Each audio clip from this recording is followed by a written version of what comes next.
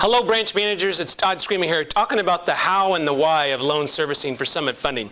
So, I'll tell you a quick story. Just after the mortgage meltdown, maybe it was 09 or something, I called Jim Reed.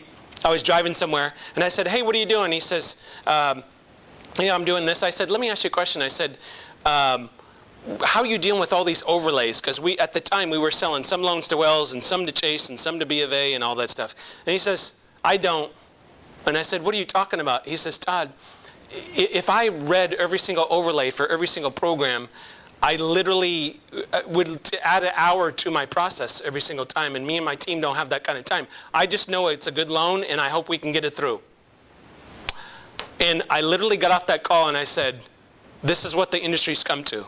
Because we don't service our own loans and we don't securitize our own securities, then I've got to be at the beck and call of Wells Fargo and B of A. And if someone goes out of business, or they don't want to do this program, or they don't want to do ratios over 40, their tolerance and how they run their business affects my business. So the reason we started servicing is I don't want to be at anyone's beck and call. I don't need any of those companies, okay? And Summit's been that way for several years now. I don't need those companies, okay? They could all go out of business and we'll just service all of our loans, okay? So that's why we do it. It protects the company and makes us run a better company. You know, you have one set of guidelines and that's it, okay? It's very simple. Number two, how we do that. So what we do is we take in all these loans and we're going to service roughly about half of our loans. They get, the ones that are sold, they get sold and that investor services them. However they do that, how we do it is there's part of our computer program, we onboard them to a sub-servicer. Right now we use Loan Care. And what we do is they take care of a lot of the statements and 1099s and stuff like that. And then we have a servicing department that oversees all of them. So all the loans people say, why do you use a sub-servicer? The reason you use a sub-servicer is because we service loans in 30 different states. Every single state has different laws. And so it's a thing where it does cost us money, but the rate of return makes sense to pay them to do that mainly because of the compliance laws. They're so different in every single state. You know, when can you foreclose? When can you can't not foreclose? Things like that.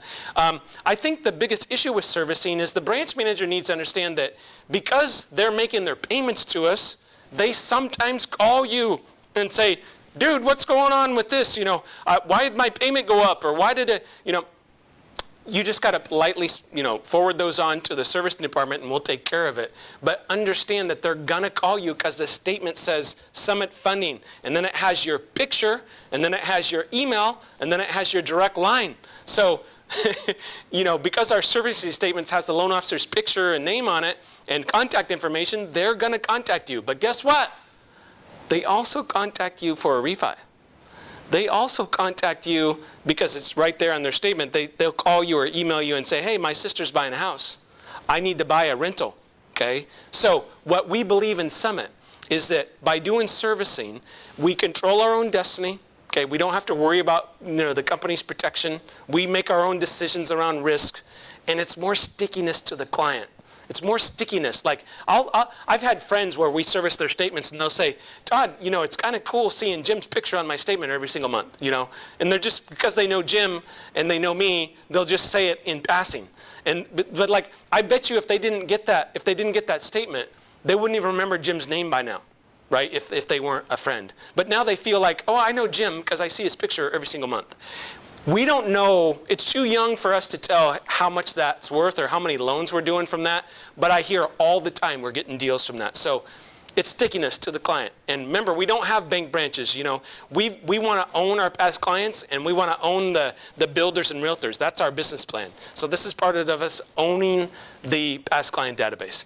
Thank you guys, hope that makes a lot of sense.